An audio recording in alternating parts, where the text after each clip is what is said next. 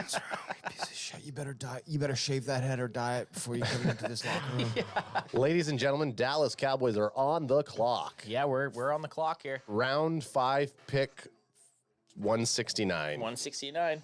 Best fits: J.L. Skinner, James Redmond, and Andre Carter II. Hey, the Army boy. We've taken Carter before. We have, but do we need another edge? We do not need another edge. We don't need another. We definitely don't need another edge. Okay, pick is in, man. Round 5, pick 169. I feel like we waited 6 days for this since round 4. Oh, yeah. And Here then we guess go. what? It gets even worse. Well, the time speeds up. I haven't seen light for 34 hours. The Cowboys picked. Tell me. Oh, yeah, this is Super Cowboys pick. Well, you went right to my nipple. I know. I forgot that you had. Adam tweaked my nipple. Found it? You found it? Real quickly. Okay, so we want running back. Okay, Anthony, name. What running back do you want? McBride. Panthers actually have an interesting team. Who do you want Who? to pick? I don't even fucking know. Don't tell me the Bryce position. Ford Wheaton. He wants That's Bryce Ford. AJ's I love pick. Bryce Ford That's Wheaton. AJ's Absolutely. Kayshawn Booty. You're a booty boy. I'm a booty boy. I but, wouldn't be mad with Voorhees. Jason. I think he has too much medical problems. That's why he's dropped. No, so far. he's just not playing this We're just year. going to call him Friday the 13th if he's on I mean, the I'd team. love Friday the 13th just for the name. Eric 50 Shades of Grey, just because I want to say 50 Shades of Grey every single time he takes a snap. Yep, fair. I want McBride because I just think he's the type of running Why back did that complements Tony Pollard. Tony Goat's saying it's O-line. It's going to be an O-line. Is this where someone finally takes Whipler or Whippler? How did we even ever think that Bijan was going to get to 26? Yeah, it's. I thought you were... Oh, tackle, Asim Richards. Okay. Cowboys take a There we tackle, go. finally address the O-line. North Carolina. I don't hate it. 6'4", 309, Love the 40-yard dash, size. 5.16. We don't know much about this guy, but hey, man. Bringing him up right now. I'm going to have a little look-ski at him. Oh, I like him. He looks nice. Asim Richards, welcome to the team. team. Give us some hits on him, AJ. Here's the kicker. He's from Philadelphia. Ooh. That's all right. Come on over to Texas. We'll treat you right. We'll treat you well.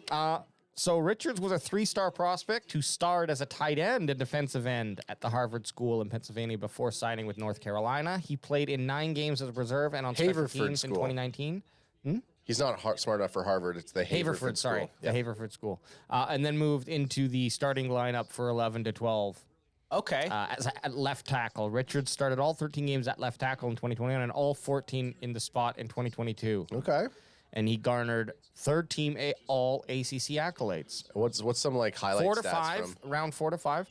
His strengths: 3-year starter, well developed, lower half, understands where to target, hand placement, carves out space, climbs his combo blocks with adequate timing, fires heavy hands into the pass rusher. That's nice. Makes proper adjustments. Play strength benefit him in scramble situations in protection. And weaknesses: below average body control. He pees himself a lot on the field. Again. Hasn't learned to control and sustain his blocks. Lacks athleticism. Heavy-legged. Below average reaction. Fails to find proper footing. It's kind of which side do you believe his strengths? So this is the thing with his size, 6'4", 309 or whatever the fuck Yeah. it was. He could possibly play guard. He's got that size where he could play guard. In my mind, that's what they're thinking when they draft him. I don't know if... Actually, let me go and have a look right now. Ladies and gentlemen, there's a run-in right now. It's Barry Grant Jr. from the All Even podcast coming in to give a hot take on the Dallas Cowboys round 5, pick 169 pick. And he has a chair. He has a chair. He has a chair. He has a chair. Hello, guys. Oh, this Hey, is a a little- much a little- somber. yeah, a a little- more somber? I think the word you're looking for is sober. Yeah, it's been a lot of drinking over the last 2 days. Absolutely. Absolutely. So, Barry, what do you think? We just drafted a tackle here, Asim Richards. I would have preferred running back. Would have Yeah. preferred my man McBride here, but Yes. I don't hate the tackle because you always need more depth on your line. And like Ant was saying, that he's small enough to be able to move to guard. So if you can have a tweener, a guy that could be able to move around the line, then that's really good as well.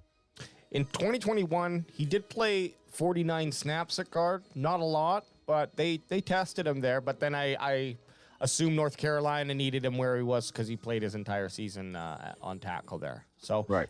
great, a lot of experience, 3 years of experience. So that means that there's a lot of tape on the kid. They probably saw something in him this late in the round. And hey, at least finally we addressed an offensive Position other than tight end. Tight end. So, Right. I mean, are we Listen. happy about it? It kind of feels like It's kind of like kissing your cousin, isn't it? It's like, Yeah. it's like, yeah, you're kissing, but it's your cousin. You know what it is, fellas, is that every year we react to the draft, whether it be positively or negatively, when the pick comes in. But we have to give Will McClay and all the scouts and everybody that decides on these picks a lot of credit, because they end up working out more times than not. Yep. So, it may not look sexy today or, for the 3 days that we've been picking these guys, but it's not about looking sexy today. It's about having them produce and having them be a part of the group and be effective, for years to come. So, the sexy picks, a lot of guys get hurt. A lot of guys don't meet their potential. It's the guys that are the lunch pail guys that end up being the great players most of the time. So, I had my reaction. Everybody saw, it's on my IG when they I was about to bring that up. I was going to bring that up. me and you did the same thing. yeah, when they picked Mozzie Smith, but he's a good player, right? It's just that you want something else for your team, but at the end of the day, it is what it is. We have to trust in the process and see how it works out. You know why I walked out is because I knew at that point we're not going offense, we're stacking defense.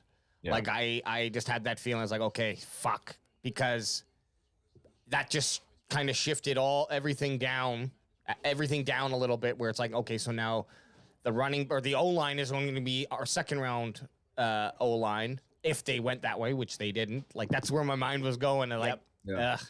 And that's why I was kind of like, had to reset myself. Yeah, what I've noticed about this regime with Jerry over the last 10 years or so, maybe less, Jerry doesn't like to move up.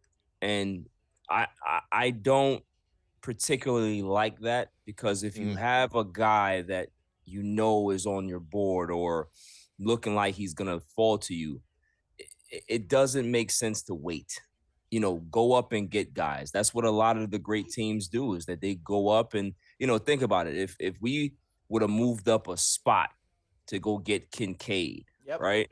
Yes. All we're literally giving up is probably a back end 4 or 5. It would have been, it probably would have been a 4th round. You would have given up a 4th. Exactly. So is it really that much to give up if you're getting a perennial Pro Bowl guy, an all-pro guy that has that type of all-pro potential? Those are the things for me that, as a Cowboys fan, is really frustrating, is that you hear all of this talk, you hear all of this buzz, you hear all of these things, and it's like when it comes to time to do something, they just sit on their hands and say, oh, well, we wanted this guy in the first place. And it's just like, we are not stupid Cowboys fans. We understand the needs of the team. We study the team in and out. We understand that, yes, interior defensive lineman is a need. But did we really have to go in the first round to get one? Like, couldn't we have probably taken a flyer on another guy? I'd rather get the all-pro guy. That's my thing, is that if you have an all-pro guy, get the all-pro guy and deal with the stuff later. What about this? What if Cowboys do make that trade? They get Kincaid, and they end up with Kincaid and Kobe Turner in the first 2 rather than Schoonmaker and Mozzie Smith. Oh, for sure. Is that an upgrade? I think that's an upgrade. Yeah. So they could have gone that route. This too. is the main thing with defensive tackle. You want a big body, right? You just want a big body that's going to disrupt, not necessarily make plays. They didn't take Mozzie Smith for the fact that he makes plays. And I hate to say it, he wasn't jumping off the stat sheet with TFL. Yeah, 1 sack. One sack, and then he only had 3 tackle for losses in his whole career, or something crazy. Right. So he's not making plays behind the line of scrimmage. They're basically taking him just to occupy space. Where if that's the reason you're taking a guy, you're going to find a 330 plus pounder in other the late spots. rounds. Exactly. So that's the whole point. I have grown on the pick, though. I have grown on it. I posted a video of us saying or AJ made a video of us saying, if Micah and Dan Quinn are jacked up about this dude, well then who the fuck are we to say we're not? Nah, of course, exactly, absolutely. We